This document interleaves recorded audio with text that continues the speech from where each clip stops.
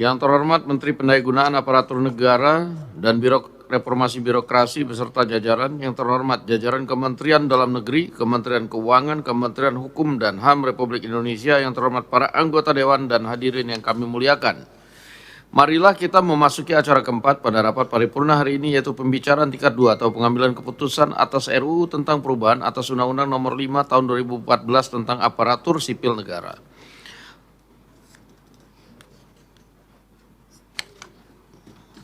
Berkenaan hal tersebut, kami persilakan kepada Ketua Komisi 2 DPR RI yang kami hormati, Saudara Dr. Haji Ahmad Doli Kurnia Tanjung, SSI MT, untuk menyampaikan laporannya. Waktu kami persilakan.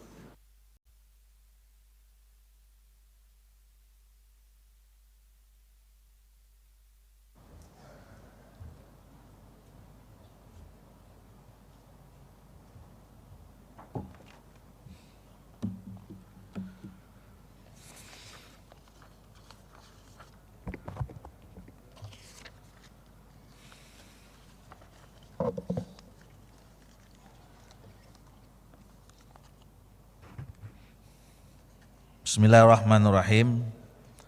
Laporan Komisi 2 DPR RI dalam rangka pembicaraan tingkat 2 pengambilan keputusan terhadap rancangan Undang-Undang tentang perubahan atas Undang-Undang Nomor 5 Tahun 2014 tentang Aparatur Sipil Negara atau ASN.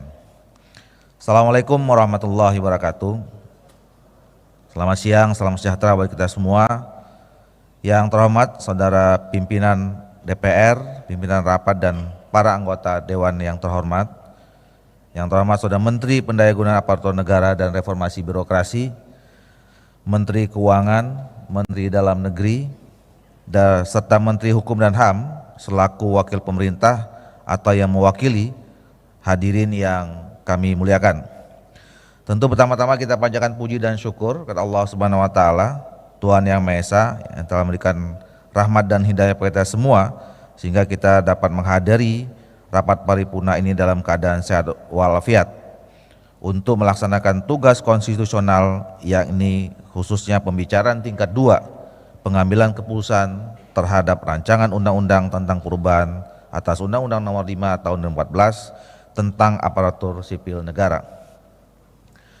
Pimpinan dan peserta rapat yang kami hormati, rancangan Undang-Undang tentang Aparatur Sipil Negara pada awalnya merupakan usulan DPR yang disampaikan melalui surat Ketua DPR RI kepada Presiden Republik Indonesia nomor LG/4759/DPR RI /4 Romawi /2020 perihal penyampaian rancangan Undang-Undang perubahan Undang-Undang tentang ASN.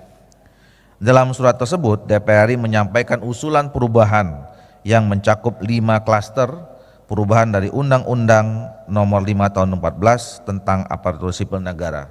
Yakni yang pertama, klaster pertama adalah penghapusan KASN, klaster kedua penetapan kebutuhan PNS dan P3K, klaster ketiga kesejahteraan P3K, klaster keempat pengurangan ASN akibat pengrampingan organisasi, dan klaster kelima pengangkatan tenaga honorer.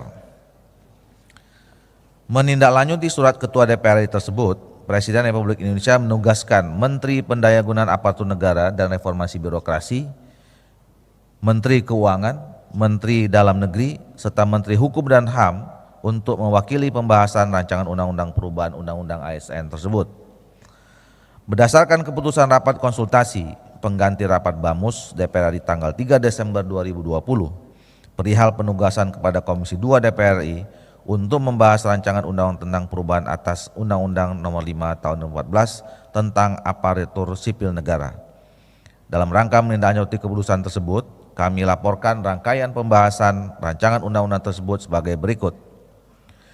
Pada tanggal 18 Januari 2021 dan tanggal 8 April 2021, Komisi 2 DPR melaksanakan rapat kerja pembicaraan tingkat 1 dengan pemerintah dengan agenda pengantar ketua rapat dan penjelasan DPR RI atas rancangan undang-undang tentang Aparatur Sipil Negara yang dilanjutkan dengan pendapat pemerintah atas penjelasan DPR RI, penyerahan daftar inventarisasi masalah dan pembentukan panja.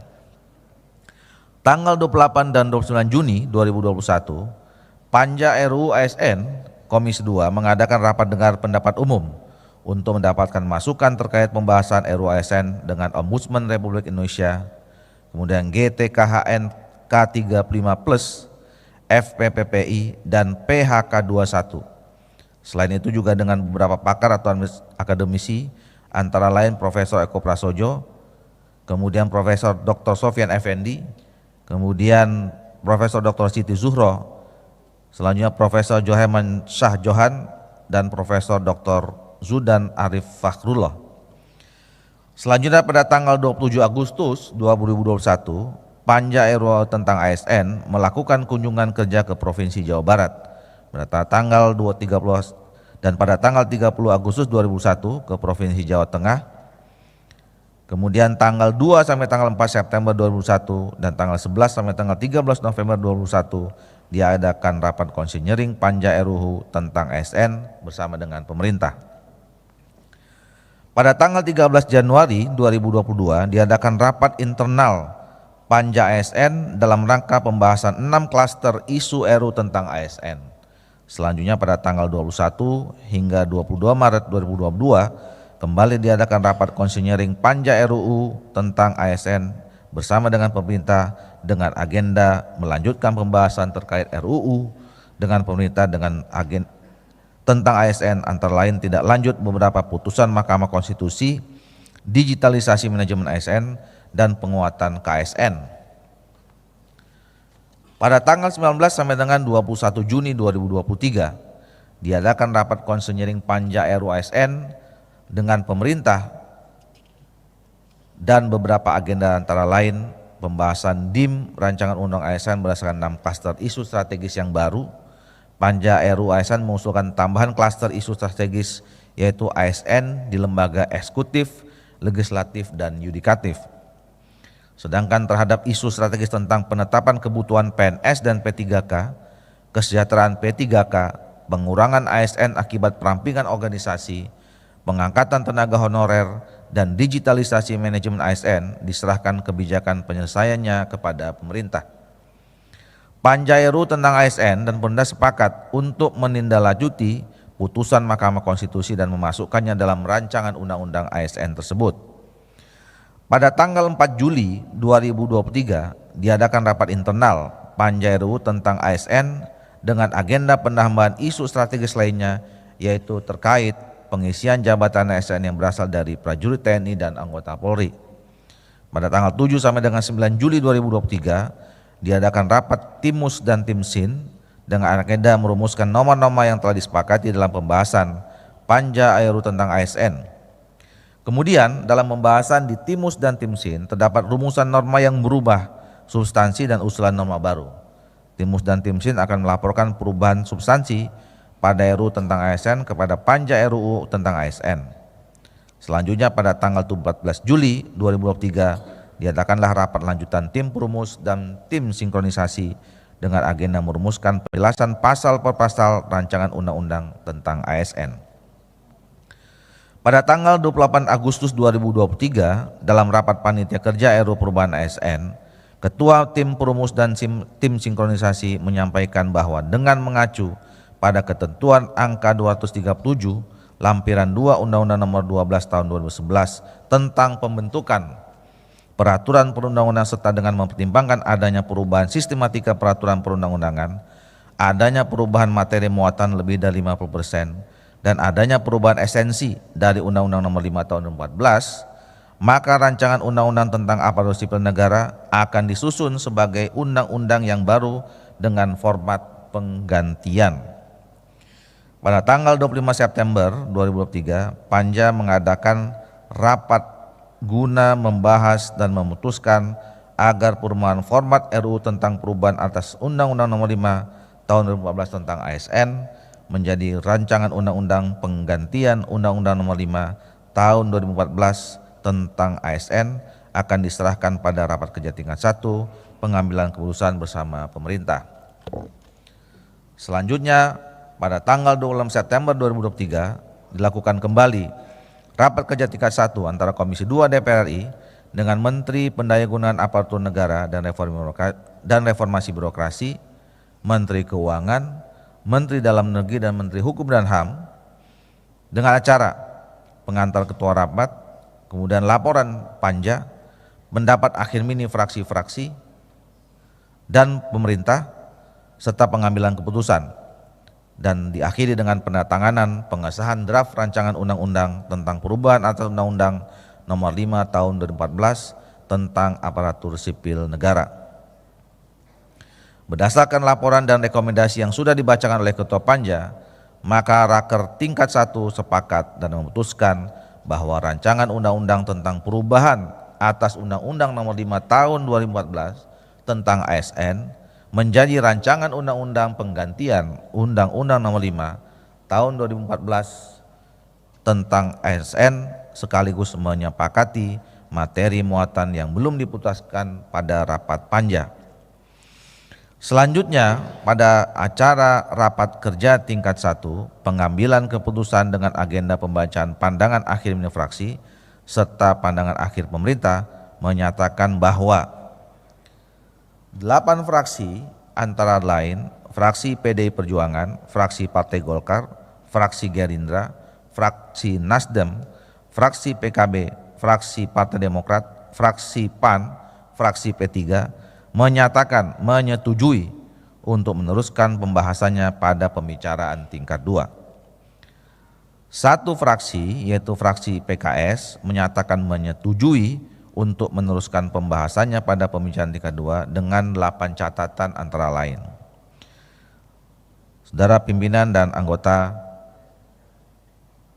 Dewan yang terhormat, adapun 8 catatan itu, yang pertama, fraksi PKS mendukung reformasi birokrasi yang berlandaskan pada PP nomor 80 tahun 2011 tentang Grand Design Reformasi Birokrasi Indonesia 2010-2025, di mana tercantum visi reformasi birokrasi yaitu terwujudnya pemerintahan kelas dunia. Secara garis besar, reformasi birokrasi yang menjadi spirit dari rancangan undang ASN adalah momentum untuk mengubah mindset ASN bahwa keberlangsungan karir mereka sebagai ASN nantinya akan ditentukan oleh kapasitas dan kinerja. Selain itu, RUU ASN mendorong ASN semakin profesional tanpa takut diintervensi oleh politisasi yang mempengaruhi netralitas mereka. Hal ini akan berdampak positif terhadap kualitas birokrasi di Indonesia. Kedua, fraksi PKS mengapresiasi RUU ASN yang mampu mengakomodasi fleksibilitas dalam penetapan kebutuhan PNS dan P3K. Sebelumnya instansi pemerintah tidak fleksibel dalam mengalokasikan sumber dayanya untuk disesuaikan dengan perubahan strategi organisasi. Karena setiap ada perubahan formasi pada jenis jabatan tertentu harus seizin menteri. Instansi pemerintahan diberikan kebebasan untuk menentukan kebutuhan ASN dengan metodologi yang bisa disesuaikan sesuai dengan kebutuhan dan perkembangan zaman. Hal ini sangat bagus karena dapat menjadikan birokrasi kita beradaptasi dengan realitas dan zaman yang baru dan berubah semakin cepat, sehingga birokrasi dapat menjadi alat negara yang dapat memberikan pelayanan yang maksimal kepada masyarakat. Yang ketiga, fraksi PKS mendukung penuh kesejahteraan ASN baik dari PNS maupun dari P3K. Sebagaimana pengaturan tentang hak pegawai ASN pada pasal 21, 23 rancangan undang-undang ASN. Mereka telah berkontribusi sangat besar terhadap pelayanan masyarakat dan dalam teknik penyelenggaraan pemerintahan. Karena itu fraksi PKS setuju untuk mengakomodasi isu kesejahteraan ASN tanpa membedakan antara PNS dengan P3K di RUU ASN, seperti yang memang sudah tercantum dalam undang-undang ini. Hal-hal yang penting seperti adanya jaminan hari tua, jaminan pensiun, tunjangan, pengembangan diri, dan pengembangan talenta dan karir dapat menunjang kesejahteraan yang pada akhirnya akan memicu peningkatan kinerja. Fraksi PKS akan terus mengawal peraturan turunan yang terkait dengan kesejahteraan ASN agar pelaksanaan dan penerapannya tidak menyimpang dari amanat rancangan undang-undang ASN itu sendiri. Keempat, terkait dengan sistem kerja P3K, fraksi PKS mendukung adanya sistem kerja P3 paruh waktu dengan catatan hak, penghargaan dan kesejahteraan tidak dibedakan dengan PNS dan P3 penuh waktu, serta menyesuaikan dengan tupoksi yang mereka emban. Kelima, fraksi PKS mendesak pemerintah menyelesaikan masalah tenaga honorer maksimal tahun 2024 dengan dikonsultasikan dengan DPR dan tanpa ada pemutusan hubungan kerja secara massal. Fraksi PKS juga meminta kepada pemerintah untuk mempertimbangkan pengangkatan tenaga honorer yang sudah mengabdi lebih dari 10 tahun menjadi ASN baik melalui mekanisme CPNS maupun CP3K dengan kriteria rekrutmen dan seleksi jalur tertentu. Keenam, fraksi PKS memandang bahwa merit system adalah hal yang sangat penting membangun birokrasi kelas dunia. Karena itu, fraksi PKS mendorong adanya lembaga pengawasan yang bersifat tegas mengawal hal itu untuk diperkuat kewenangannya agar dapat meningkatkan pengawasan terhadap kinerja, menjunjung tinggi netralitas ASN, serta manajemen ASN yang adaptif, kompeten, dan melayani masyarakat. Ketujuh, terkait dengan pengisian jabatan ASN dari kalangan anggota TNI dan Polri aktif, maka perlu sinkronisasi dengan Undang-Undang TNI dan Undang-Undang Kepolisian Negara Republik Indonesia. Dalam hal ini, fraksi PKS memandang perlu mengedepankan salah satu visi reformasi tahun 1998 yang berkomitmen untuk penghapusan dui fungsi ABRI yang dalam hal ini adalah TNI dengan Polri. Kedelapan, fraksi PKS mendukung digitalisasi manajemen ASN dengan harapan menjadi program yang tepat guna dan dapat menunjang kinerja ASN serta tidak memakan anggaran yang besar. Proses digitalisasi manajemen ASN dilaksanakan secara transparan sehingga dapat diawasi oleh publik dengan memperhatikan keamanan cyber. Pimpinan dan peserta rapat yang kami hormati, kita ketahui bersama bahwa proses pembahasan rancangan undang-undang tentang perubahan atas Undang-Undang Nomor 5 Tahun 2014 tentang aparatur sipil negara ini membutuhkan waktu yang sangat panjang, kurang lebih 2 tahun 9 bulan. Seiring dengan berkembangnya dinamika pembahasan, pemerintah dan DPR RI sepakat untuk menyusun rancangan undang-undang yang mampu menjawab tantangan ASN ke depan agar tercipta terwujudnya birokrasi yang profesional dan berkelas dunia, indeks persepsi korupsi yang semakin baik, dan indeks efektivitas pemerintahan yang semakin baik juga. Hal ini dilakukan demi terwujudnya pelayanan publik yang lebih baik dan masyarakat yang semakin sejahtera. Yang terhormat saudara pimpinan dapat, yang terhormat saudara seluruh para anggota DPR RI. Pada kesempatan ini, perkenanlah kami menyampaikan terima kasih dan penghargaan kepada Menteri Pendayagunaan Aparatur Negara dan Reformasi Birokrasi, Menteri Keuangan, Menteri Dalam Negeri, serta Menteri Hukum dan HAM atau yang mewakili yang tanpa lelah bersama-sama dengan Komisi 2 DPR RI telah melakukan pembahasan RUU ini dengan rasa kebersamaan dan dalam suasana demokratis, walaupun membutuhkan waktu yang sangat lama, 2 tahun 9 bulan. Ucapan terima kasih juga kami sampaikan kepada semua pihak yang telah membantu kelancaran dalam pembahasan rancangan undang-undang ini. Demikianlah laporan Komisi 2 DPR RI terhadap proses pembahasan rancangan undang-undang tentang penggantian Undang-Undang Nomor 5 2014 tentang aparatur sipil negara. Semoga Tuhan Yang Maha Esa senantiasa memberikan perlindungan dan kekuatan kepada kita sehingga kita semua dapat menjalankan tugas-tugas konstitusional dengan sebaik-baiknya. Atas perhatian yang diberikan kepada kami ucapkan terima kasih. Selamat siang, salam sejahtera kita semua. Bila taufiq hidayah. Assalamualaikum warahmatullahi wabarakatuh. Pimpinan Komisi 2 DPR RI Ahmad Doli Kurnia Tanjung.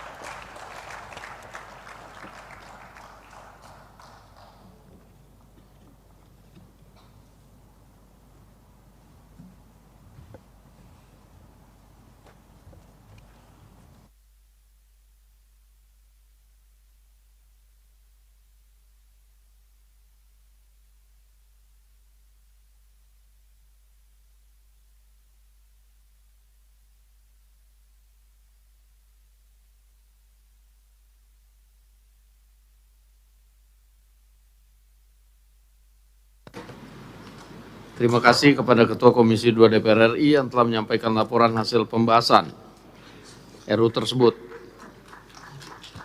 Berdasarkan laporan Ketua Komisi 2 DPR RI, terdapat 8 fraksi yaitu PDI Perjuangan, Partai Golkar, Partai Gerindra, fraksi Partai Nasdem, PKB, Partai Demokrat, PAN, dan fraksi P3 menyetujui RUU tentang perubahan atas Undang-Undang Nomor 5 Tahun 2014 tentang ASN untuk dilanjutkan dalam pembacaran tingkat 2 pengambilan keputusan dalam rapat paripurna hari ini untuk disahkan menjadi undang-undang. Sedangkan fraksi Partai Keadilan Sejahtera menyetujui dengan catatan atas RUU tentang perubahan atas Undang-Undang Nomor 5 Tahun 2014 tentang aparatur sipil negara dan untuk dilanjutkan dalam pembicaraan tingkat 2 pengambilan keputusan dalam rapat paripurna hari ini untuk disahkan menjadi undang-undang.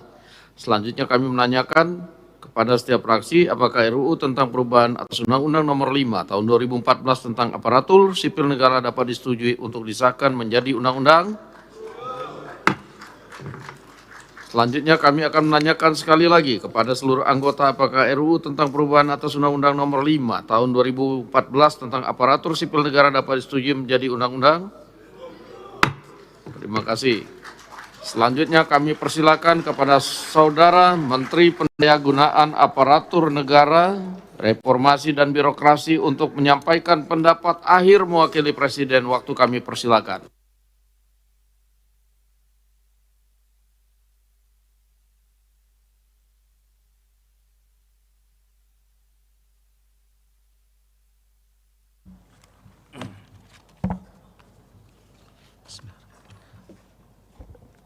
Terima kasih yang sudah subscribe. Bagi yang baru menemukan channel ini, like videonya, klik lonceng, dan hidupkan notifikasinya. Jangan lupa di subscribe. Assalamualaikum warahmatullahi wabarakatuh.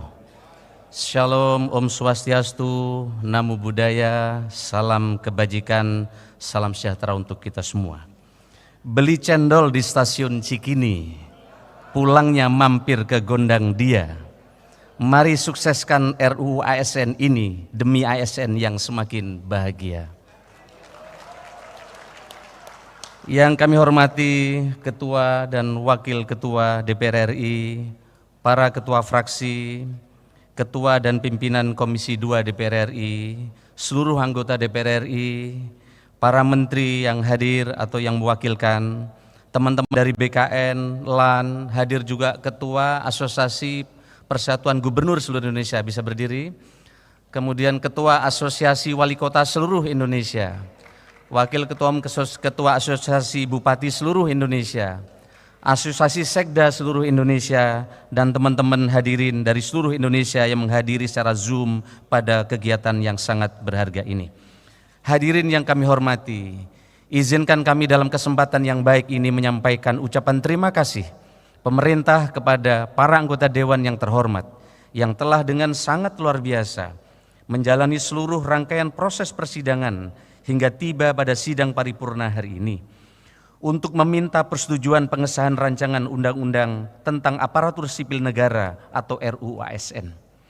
Para anggota Dewan yang terhormat telah menyampaikan usulan dan pemikiran terbaik dalam penyusunan RUU ASN ini.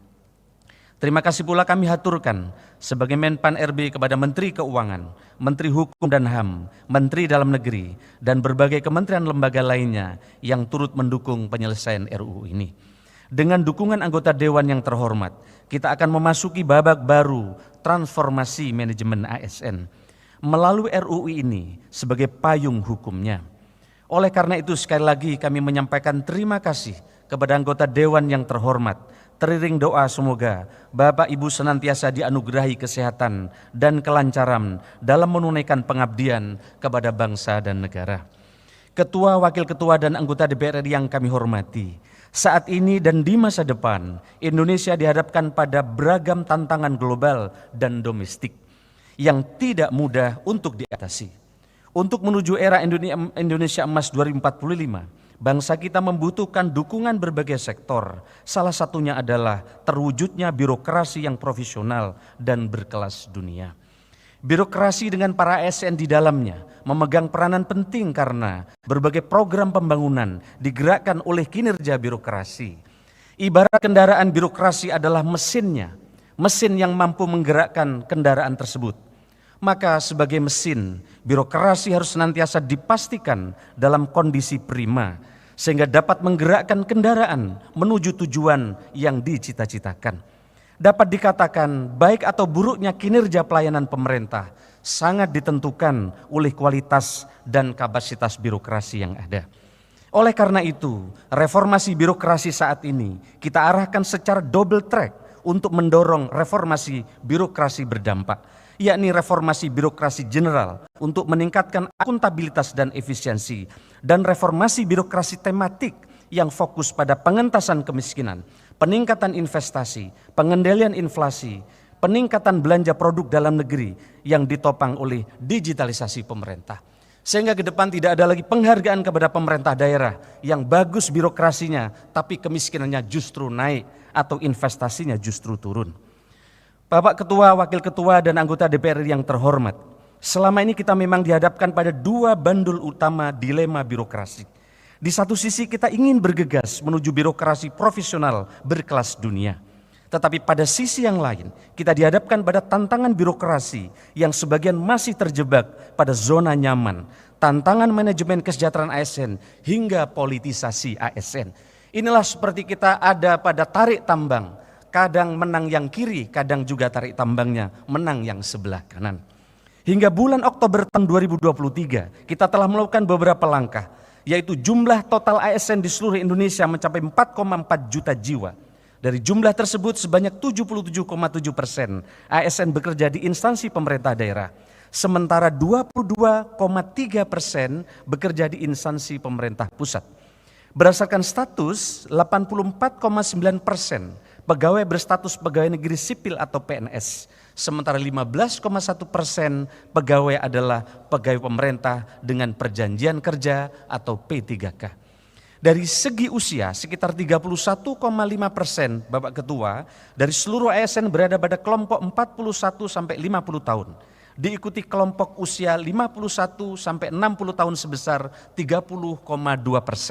Selanjutnya ASN dengan usia 31 sampai 40 tahun mencapai sekitar 27,7%, sementara kelompok usia 21 sampai 30 tahun memiliki persentase paling rendah yakni 10,1% dari total ASN.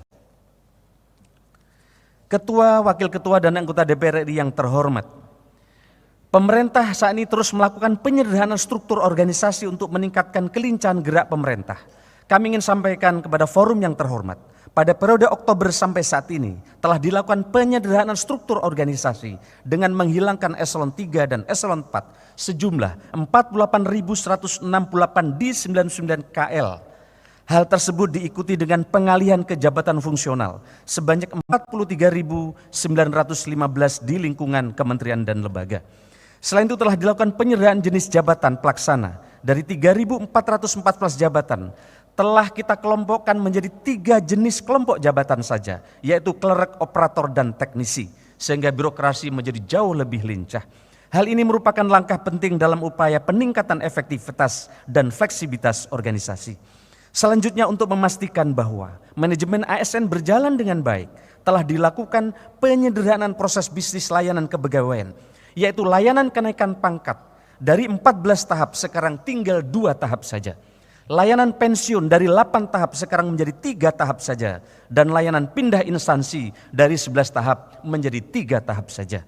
Untuk memastikan birokrasi berkinerja prima, maka dibutuhkan suatu ekosistem yang baik, mulai dari aspek nilai dasar dan budaya kerja, rekrutmen, pelaksanaan dan pengawasan sistem merit, kinerja hingga kesejahteraan.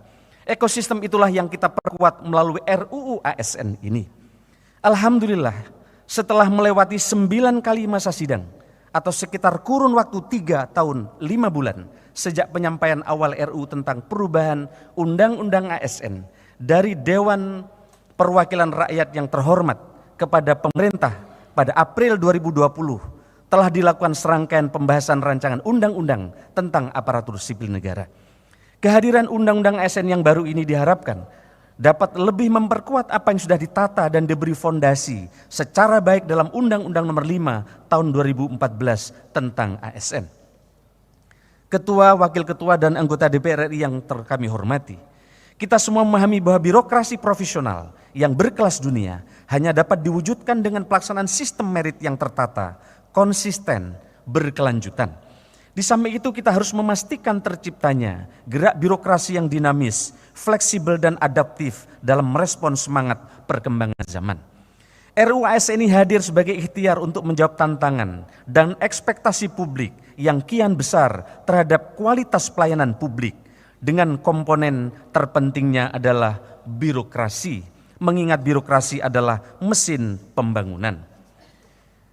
7 arah agenda reformasi birokrasi. Pada kesempatan yang baik ini di hadapan Ketua, Wakil Ketua, dan anggota DPR yang terhormat, kami mohon izin untuk menyampaikan 7 agenda transformasi ASN yang diusung dalam RUU ASN ini. Pertama, transformasi rekrutmen dan jabatan ASN.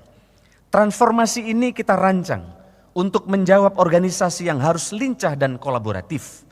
Salah satu contohnya adalah rekrutmen ASN. Tidak perlu menunggu 1 atau 2 tahun ketika ada yang pensiun, sehingga ke depan rekrutmen akan lebih cepat dan birokrasi akan lebih responsif. Metode dan tahapan rekrutmen seperti seleksi administrasi, seleksi kompetensi dasar, dan seleksi kompetensi bidang juga tidak diatur secara rigid dalam undang-undang. Hal ini untuk memudahkan kita merekrut tenaga profesional yang telah memiliki pengalaman unggul di bidangnya. Selain itu, rekrutmen ASN harus diselenggarakan mengacu pada prioritas nasional, sehingga ketika negara menjadikan kedaulatan pangan, digitalisasi, hilirisasi, dan antisipasi perubahan iklim sebagai prioritas nasional, maka rekrutmen ASN seharusnya diarahkan untuk instansi-instansi yang menjadi leading sektor terkait hal tersebut, serta untuk daerah-daerah yang menjadi sentra akselerator untuk sektor-sektor tersebut. Saat ini rekrutmen ASN hanya didasarkan pada penetapan kebutuhan yang basisnya adalah analisis jabatan dan analisis beban kerja sesuai dengan bisnis proses saat ini. Padahal saat yang sama kita sedang melakukan penyederhanaan proses bisnis melalui digitalisasi. Hal ini menyebabkan tidak adanya korelasi antara jumlah dan jenis jabatan ASN dengan apa yang menjadi prioritas nasional. Dalam hal penataan jabatan ASN, dilakukan penyederhanaan pengelompokan dan klasifikasi jabatan sehingga lebih lincah untuk mengikuti tantangan dan kebutuhan organisasi. Yang kedua, terkait dengan kemudahan mobilitas talenta nasional. Kemudahan ini kita dedikasikan untuk mengatasi kesenjangan talenta yang selama ini yang masih terpusat di kota-kota besar, sehingga banyak daerah-daerah terpencil kesulitan mendapatkan dokter-dokter hebat, guru-guru hebat, dan juga mendapatkan nakes-nakes yang hebat begitu susah. Mobilitas talenta akan berorientasi Indonesia sentris, sehingga dukungan keberadaan ASN, terutama di daerah 3T, akan turut mendukung pemerataan pembangunan ekonomi nasional. Fleksibilitas mobilitas talenta ini juga memastikan dengan jelas bahwa PNS yang diangkat menjadi pejabat negara, komisioner atau anggota lembaga non-struktural maupun dalam penugasan ke organisasi dunia tidak kehilangan hak kepegawaiannya selama menjalankan tugas tersebut. Pintu untuk ASN mobile keluar instansi pemerintah seperti di TNI dan Polri atau BUMN. Selama ini TNI Polri banyak masuk ke instansi pemerintah, tapi ASN tidak bisa masuk ke TNI Polri. Tapi dengan undang-undang ini ASN bisa masuk ke TNI Polri. Juga sudah mulai dibuka dengan adanya undang-undang ASN ini. Ini sangat didorong untuk mobile sebagai bentuk pengembangan dirinya. Begitu juga terkait dengan mutasi. Selama ini para bupati, wali kota, gubernur, dan para menteri mengeluhkan, dan selama ini persyaratan untuk melakukan mutasi sangatlah rigid, sehingga muncul stigma bahwa sulit untuk memindahkan seorang pegawai ASN. Contohnya untuk memindahkan seorang pejabat pimpinan tinggi membutuhkan waktu paling kurang 2 tahun. Ketiga, soal percepatan pengembangan kompetensi ASN. Pola pengembangan kompetensi ASN tidak lagi klasikal seperti penataran, tetapi mengutamakan experiential learning seperti magang, on the job training yang semuanya menjadi bagian dari upaya untuk meningkatkan kompetensi ASN menuju birokrasi berkelas dunia. Pengembangan kompetensi tidak lagi dimaknai sebagai hak, melainkan suatu kewajiban bagi pegawai ASN. Untuk itu instansi pemerintah wajib memberikan kemudahan akses belajar bagi pegawai ASN. Selama ini kesempatan untuk memperoleh akses pengembangan kompetensi tidaklah merata. Pelaksanaan pengembangan kompetensi juga belum dikaitkan dengan kebutuhan ASN itu sendiri. Terkadang ASN memilih untuk mengikuti diklat apapun hanya untuk menggugurkan syarat minimal 20 jam pelajaran secara klasikal. Keempat, penataan tenaga non-ASN dengan perluasan mekanisme dan skema kerja untuk memastikan 4 prinsip. Pertama, terkait dengan tenaga honorer, tidak ada pemberhentian massal terhadap tenaga non-ASN. Kedua, tidak ada pengurangan pendapatan dari yang diterima tenaga non-ASN saat ini. Ketiga, tidak menimbulkan tambahan beban fiskal yang signifikan. Dan keempat, tetap memenuhi mekanisme yang diatur dalam peraturan perundang-undangan dengan skema nanti yang ditentukan sesuai kesepakatan anggota DPR adalah dengan skema penuh waktu dan paruh waktu. Kelima, terkait dengan reformasi pengelolaan kinerja dan kesejahteraan ASN. Saat ini sebanyak 99% kinerja individu dinyatakan baik dan sangat baik. Karena pimpinan tanda tangan hanya 2 pilihannya. Pegawai di bawahnya baik atau sangat baik. Padahal ini menjadi tantangan bersama untuk menyelaraskan kinerja individu yang sudah baik dengan kinerja organisasi atau instansi. Hal ini yang belum selaras mengingat kita masih mendapati keluhan-keluhan pelayanan publik. Di dalam RUU ASN, kita ingin mendorong agar kinerja individu selaras dengan kinerja organisasi sehingga pelayanan publik semakin baik. Dalam undang-undang ini kesejahteraan ASN sangat dikaitkan dengan kinerja ASN yang bersangkutan. Selama ini ASN yang berkinerja mendapatkan tunjangan kinerja sama dengan ASN yang hadir di kantor untuk memenuhi presentasi kehadiran. Hal ini menyebabkan tidak adanya motivasi ASN untuk meningkatkan kinerja. Sebaliknya untuk ASN yang tidak berkinerja, undang-undang ini memberikan penekanan bahwa ASN yang tidak bekerja dapat diberhentikan. Selama ini kita sangat sulit sekali untuk memberhentikan ASN yang sudah secara nyata terbukti tidak berkinerja. Adapun terkait dengan kesejahteraan, manajemen kesejahteraan PNS dan P3K akan digabung. Termasuk P3K mendapatkan hak pensiun dengan skema defined contribution. Selain itu dalam skema penghargaan akan dikaitkan dengan kinerja ASN. Keenam, digitalisasi manajemen ASN akan terus diperkuat dan diintegrasikan untuk memastikan struktur, budaya dan kompetensi digital para ASN agar senantiasa berkembang secara baik dan optimal. Oleh karena itu, kompetensi digital menjadi salah satu kompetensi wajib dan penting untuk dimiliki seluruh ASN. Selain itu, transformasi digital merupakan salah satu bentuk penguatan pengawasan sistem merit yang menjadi fokus dan perhatian pemerintah. Digitalisasi akan menjadi jawaban terhadap permasalahan pelanggaran sistem merit yang selama ini masih sulit untuk dihindari. Contoh, digitalisasi akan membatasi kesewenang-wenangan pejabat pembina kepegawaian dalam melakukan pengisian jabatan karena sistem tidak akan dapat memproses calon yang tidak sesuai dengan kriteria. Selama ini masing-masing instansi pemerintah membuat sistem informasi sendiri dan tidak terkoneksi secara nasional. Melalui undang-undang ini diharapkan instansi pemerintah tidak perlu melakukan investasi secara masing-masing untuk membangun suatu sistem informasi manajemen ASN karena dimandatkan melalui undang-undang untuk diwujudkan platform digital yang terintegrasi. Selain biaya tinggi, pembangunan sistem informasi di masing-masing instansi pemerintah menyebabkan akurasi data menjadi jauh lebih rendah. Ini sejalan dengan upaya pemerintah untuk mengintegrasikan aplikasi pemerintah yang kini dibangun melalui sistem pemerintah berbasis elektronik dan sekarang lebih dari 27 aplikasi yang menyebabkan rakyat susah mengakses pelayanan dengan baik. Ketujuh atau yang terakhir, penguatan budaya kerja dan citra institusi. Pada undang-undang ini, nilai dasar akan disimplifikasi agar mudah dipahami dan berlaku sama di setiap instansi pemerintah. Nilai-nilai dasar tersebut terangkum dalam berakhlak atau berorientasi pelayanan, akuntabel, kompeten, harmonis, loyal, adaptif, dan kolaboratif. Setiap instansi pemerintah memiliki core values yang berbeda-beda dan pejabat pembina kepegawaian bisa menggantinya setiap saat sehingga tidak ada kesatuan nilai dasar ASN selama ini.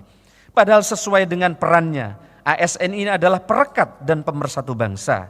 Hal ini membuat budaya organisasi tidak menjadi akar yang kuat dalam jangka panjang dan juga berdampak kepada inefisiensi biaya penyusunan nilai dasar dan biaya sosialisasi.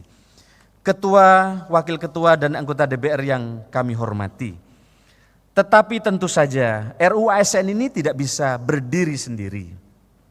RUU adalah landasan utama dan katalis yang mengakselerasi percepatan transformasi ASN.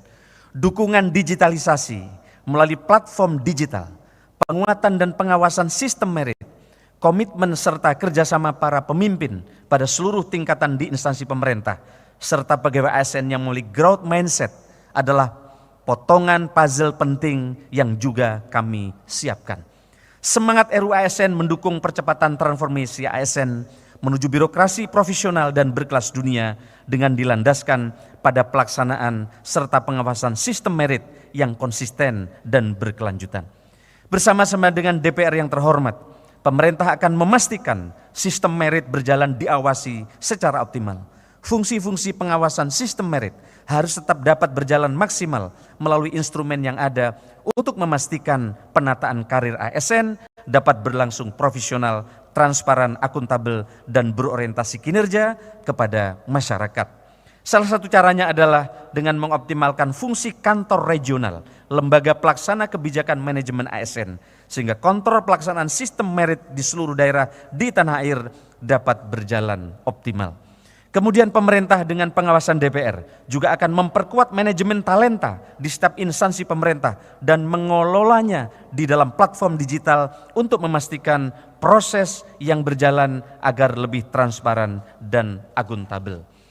Ketua, wakil ketua, dan anggota DPR yang kami hormati, demikianlah pendapat akhir terhadap rancangan undang-undang tentang aparatur sipil negara dari pemerintah.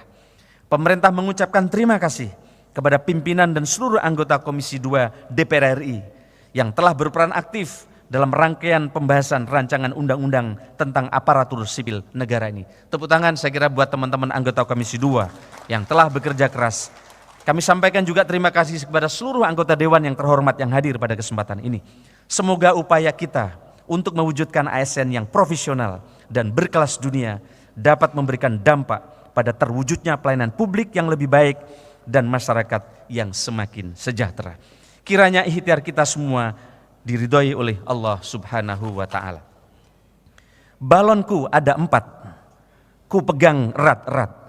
Terima kasih DPR yang terhormat, legislasi hebat untuk kepentingan rakyat. Tahu bulat digoreng dadakan, nikmat rasanya hanya 500-an. Kepada Bapak Ibu semua terima kasih kami ucapkan. RUU ASN kini telah resmi disahkan. Sekian, terima kasih, kurang lebihnya saya mohon maaf.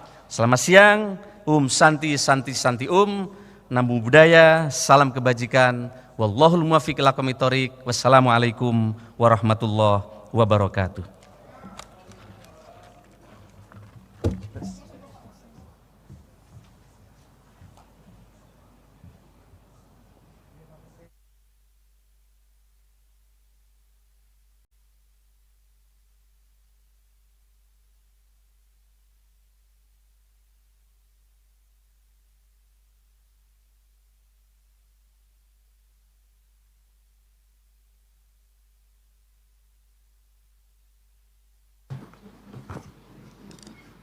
Terima kasih kami ucapkan kepada Saudara Menteri Pendayagunaan Aparatur Negara dan Reformasi Birokrasi yang telah menyampaikan pendapat akhir mewakili Presiden dengan rigid. Selanjutnya kami akan menanyakan kembali kepada seluruh peserta sidang, apakah RUU tentang aparatur sipil negara dapat disetujui untuk disahkan menjadi undang-undang. Interupsi ada waktunya nanti ya. Sidang Dewan yang kami hormati, melalui forum ini kami menyampaikan terima kasih dan penghargaan yang setinggi-tingginya kepada yang terhormat Menteri Pendayagunaan Aparatur Negara dan Reformasi Birokrasi, Menteri Dalam Negeri, Menteri Keuangan, serta Menteri Hukum dan HAM atas segala peran serta dan kerjasama yang telah diberikan selama pembahasan RUU tersebut. Perkenankan pula kami atas nama pimpinan Dewan menyampaikan penghargaan dan terima kasih kepada pimpinan dan anggota Komisi 2 DPR RI yang telah menyelesaikan pembahasan RUU ini dengan lancar.